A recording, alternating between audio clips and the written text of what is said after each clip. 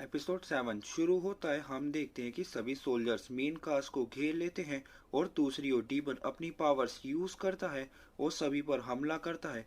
पर होंगजुन एक शील्ड बना लेता है जिससे ये बच जाते हैं। पर सभी सोल्जर्स फिश डीमन बन जाते हैं और डीमन उनको मैनिपुलेट करके सभी पर अटैक करवाता है। पर सभी इन पर अटैक जरूर करते हैं पर कोई भी इन फिश डीमन को जान से नहीं मारता, क्योंकि असलियत में ये फिश डीमन वही सोल्जर्स हैं। योंगशी सभी से डरने लगता है और किसी को हिट भी नहीं कर पाता। पर फिर वो अपने पेन की इंक निकालता है और अपनी पावर से सभी को अपनी इंक में कैद कर लेता है, जिसके बाद वो उसी डीमन को भी कैद करने लगता है। डीमन गुस्से में इंक के बैरियर को तोड़ देता है और ली की ओर भागता है, पर होंगजुन उसे अपनी पावर से रोक देता है। जिसके बाद वो होंगजुन को रोकने जाता है, पर इतने में चीफ ली इसको सोर्ड से स्टैप कर देता है और डीमन एंड में आखिरी बार फोक्स डीमन को देखता है और डिसअपियर हो जाता है। सभी सोल्जर्स ठीक हो जाते हैं, जिसके बाद ली को बुलाया जाता है कोर्ट। ली वहां सभी को सारी बात बताता है कि क्या कैसे हुआ, पर ये ऑफिसर जो बुरी तरह करप्टेड हैं और ली की एक बात नहीं सुनते और कहते हैं कि जो नुकसान तुमने डैमिंग पैलेस में किया है उसकी भरपाई कौन करेगा। और ली को कहते हैं कि कोर्ट ऑफ एक्सोर्सिज्म जो डीमंस को मारते हैं उसे बंद किया जाता है अगले महीने के अंदर। और ली को जाने को कहते हैं, बोलते हैं कि सही या गलत हमें नहीं पता, बस ये बात किसी को पता नहीं चलनी चाहिए कि चांगान में डीमंस हैं, वरना लोग यहाँ से भागना शुरू कर देंगे। सभी बातें करते हैं कि इन्हें कितना सोना मिलेगा रिवॉर्ड के तौर पे डीमंस को मारने के लिए। ली वापस आता है पर किसी को नहीं बताता कि एक्सोर्सिज्म डिपार्टमेंट बंद होने वाला है, ताकि ये सभी परेशान ना हो जाए, और कहता है बिल्कुल बहुत कुछ मिलेगा। होंगजुन को सपना आता है जिसमें हर तरफ डीमंस ने सभी को मार दिया और उसे भी मारने आता है, पर ली उसे संभालता है। दोनों बातें करते हैं। होंगजुन बोलता है कि क्या मैं किंग से बात करूं, और तो और पैलेस भी उसी का है और मेरे पास भी कुछ पैसे हैं। ली कहता है कि प्रॉब्लम अभी खत्म नहीं हुई है, डीमन किंग अभी भी चांगान में है और कुछ न कुछ करने वाला है। होंगजुन ली को ड्रग्स की ड्रिंक बना के देता है, पर वो कुछ ज्यादा ही ड्रग्स डाल देता है जिससे वो बेहोश हो जाता है और बाद में ली भी टहल जाता है। नेक्स्ट डे ली सभी से बात करता है कि डीमंस को पकड़ने के लिए जरूरी चीजें हैं मैजिक पावर्स, पर मैं सिर्फ एक नॉर्मल ह्यूमन हूँ और मेरे पास है ही क्या। पर ली की सोर्ड और होगजुन की ब्लेड साथ में शाइन करती हैं और इस सोर्ड का नेम पता चलता है सोर्ड ऑफ विजडम, और इनकी दो साइड्स हैं, एक बुद्धा की और दूसरी डीमन की।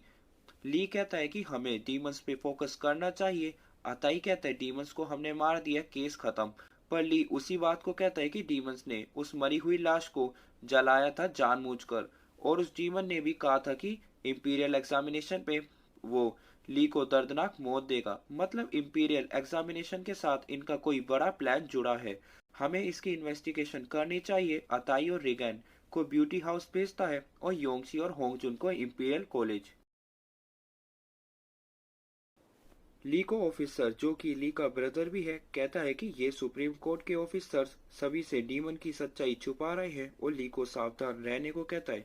होंगजुन देखता है कि कॉलेज में अधिकतर बच्चे तो असल में डीमंस हैं।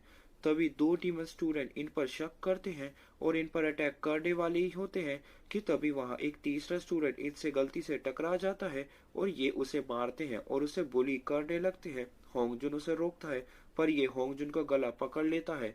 तभी योंगसी इनके सीनियर से कहता है कि ये करना सही नहीं है, तो क्या ये एग्जाम से डिस्क्वालीफाई कर दिए जाएंगे। पर ये कहते हैं कि हम बस मजाक कर रहे थे और जाने लगते हैं, पर इन दोनों पर थोड़ा शक भी करते हैं। योंगशी उसे पहचान लेता है कि ये तो वही लड़का है जिसकी बॉडी इन्होंने लटकाई थी ब्यूटी हाउस में। होंगजुन इसे उठाता है और उसे एक नया बैंड देता है। ये होंगजुन को थैंक यू बोलता है और दोनों दोस्त बन जाते हैं। सभी साथ आते हैं और बात करते हैं। योंगशी कहता है कि इंपीरियल कॉलेज में लगभग 100 फोक्स डीमन है जो स्टूडेंट्स के भेस में है। एक फोक्स डीमन ब्यूटी हाउस में आने वाले स्टूडेंट को मारता होगा और दूसरा उसका गेटअप लेके स्टूडेंट की तरह बिहेव करने लगता होगा। ली बाकी दोनों से पूछता है, कहते हैं कि हमने पूरे ब्यूटी हाउस को देख लिया, वहां हमें कोई भी डीमन नहीं मिला, और जिन 3 डीमंस को भी हमने पहले मारा था वो भी कई साल पहले वहां आई थी। ली कहता है कि पूरी कहानी समझ आ गई, मतलब डीमंस चांगान में आए और पहले 3 डीमंस ब्यूटी हाउस चली गई और वहां आने वाले स्टूडेंट को मार के उनकी जगह ले ली, और जो भी लोग मरते उनकी बॉडी का खून निकालने के बाद उन्हें जला देते, और जो बॉडी हमें मिली उसे भी हाल ही में मारा होगा और किस्मत से वो बॉडी हमें मिल गई, और इसी वजह से वो फॉक्स डीमन उस बॉडी को जलाना चाहती थी। अगर इन डीमन ने ये एग्जाम क्लियर कर लिया तो ये किंगडम के ऑफिसर की जगह पे होंगी और चांगान सिटी इनके कंट्रोल में होगी। ये प्लान बनाते हैं कि 2000 से भी ज्यादा स्टूडेंट हैं। हम पहले पता लगाएंगे कि उनमें से कितने डीमंस हैं। नेक्स्ट सीन में हम डीमन लॉर्ड को देखते हैं जिसके पीछे एक डीमन स्टूडेंट है। नेक्स्ट डे सभी को पता चलता है कि एग्जाम 5 दिन बाद नहीं बल्कि 2 दिन बाद होगा। ली कहता है कि एक आइडिया है, अतः इंपीरियल कॉलेज पर नजर रखेगा, होंगजुन ड्रग्स तैयार करेगा जिससे सभी डीमन स्टूडेंट सो जाएंगे। हम सभी को पकड़ लेंगे और उन्हें जला देंगे। होंगजुन अपने दोस्त बने डीमन को ना मारने की रिक्वेस्ट करता है। नेक्स्ट डे सभी अपने बैच यानी आइडेंटिटी कार्ड लेते हैं कॉलेज के एग्जाम में घुसने के लिए। ये अंदर जा ही रहे होते हैं कि तभी वहां पे जनरल लीची आ जाता है और कहता है कि एग्जाम का सही से होना बहुत जरूरी है किंगडम के लिए और इसे मैं खुद सुपरवाइज करूंगा। सभी अंदर आते हैं और चाय में ड्रग्स मिला देते हैं जो स्टूडेंट पियेंगे। तभी एरो स्टूडेंट के बाहर आते ही मूव करती है क्योंकि ये एरो सेंस कर सकती है डीमंस को, और योंगसी मार्क लगा देता है पैर से उनके रूम के बाहर। जनरल लीशी ली को पहचान लेता है और कहता है कि तुम यहाँ क्या कर रहे हो, और कोर्ट के बंद होने के बारे में बोलता है जिसे सुन के सभी चौंक जाते हैं। ली कहता है जब तक कोर्ट ऑफ एक्सोसिस बंद नहीं हो जाता तब तक मेरी ड्यूटी बनती है कि मैं डीमंस को पकड़ूं। पर करप्टेड जनरल कुछ भी नहीं सुनता और ली को पकड़ने को कहता है और सभी सोल्जर्स इन्हें घेर लेते हैं। सभी ली को यहाँ से निकलने में मदद करते हैं और खुद सोल्जर्स को मारने लगते हैं। ली सभी सोल्जर्स को मारता है और ली गेट खोलता है पर वो एक रियल स्टूडेंट होता है। ली आगे आता है, ये दूसरे रूम में आते हैं जहाँ इन्होंने निशान लगाया था और गेट ओपन करते हैं। जनरल अपनी आंखों से देखता है कि वहाँ सच में डीमन होता है जो सो रहा है। ये सारे डीमंस के रूम खोलने लगते हैं। होंगजन बोलता है कि इस बार मैं करूंगा और गेट ओपन करके अपने दोस्त डीमन को ले लेता है। तभी वहां चांगान सिटी के किंग आते हैं। किंग के सामने ली सारी सच्चाई बता देता है और कहता है कि जनरल गाओ लीशी ने भी हमारी मदद करी थी।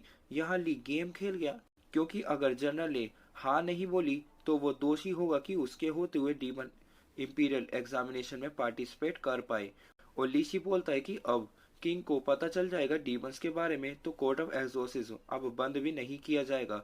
सभी किंग को डीमंस दिखाते हैं और होंगजुन के लिए ली किंग से उसी एक डीमन को इनके हवाले करने की रिक्वेस्ट करता है। किंग मान जाते हैं और उनके एक इशारे पर सभी डीमंस को जला दिया जाता है।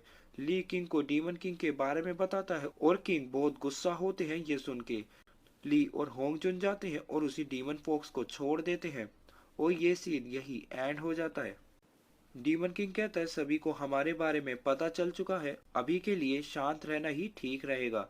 सभी सेलिब्रेट करने जाते हैं ब्यूटी हाउस। सभी अंदर आते हैं। अताई और योंगसी मौज काटते हैं पर ली होंगजुन और रेगन को नहीं जाने देता। डांस और सॉन्ग चालू होते हैं और ये लड़की म्यूजिक प्ले करती है और तभी एक शॉट निकालती है इनकी ओर। तभी एक दूसरा म्यूजिशियन अपने म्यूजिक से सभी को बचा लेता है। दोनों के बीच लड़ाई चालू हो जाती है।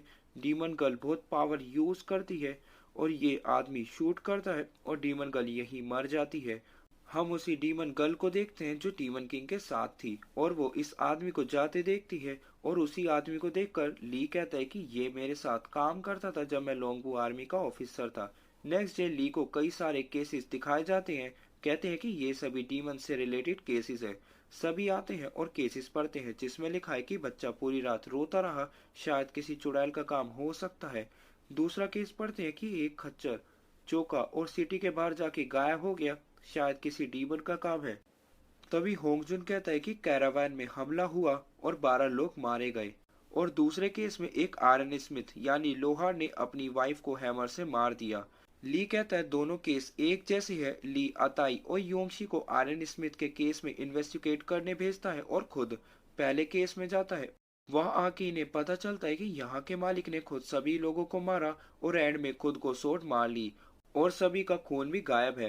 होंगजुन को डेड बॉडी से डीमन की प्रेजेंस सेंस होती है और सेम चीज अताई और योंगशी को भी पता चलती है कि उसने अपनी वाइफ को मारा और खुद को जाके सरेंडर कर दिया। और रेगन कहता है कि जब मैंने उसे काल कोठरी में देखा था वो अपने होश में नहीं था। सभी मामला समझ ही रहे होते हैं कि तभी वहां पे एक आदमी आता है जिसे ली ने ब्यूटी हाउस के बाहर देखा था। ली को कहता है कि मैंने किसी को मार दिया और पूरी बात बताता है कि उसे कुछ हो गया और उसने अपनी आंट को मार दिया और ना चाहते हुए भी उसने उनके बच्चों को भी मार दिया और उनका खून उड़ने लगा। ली उसे सुप्रीम कोर्ट के हवाले कर देता है और उसी जगह जाता है जहां उस आदमी ने अपनी आंट को मारा और इन्वेस्टिगेट करते हुए इन्हें एक ड्रैगन स्केल मिलता है और यहाँ एपिसोड एंड हो जाता है।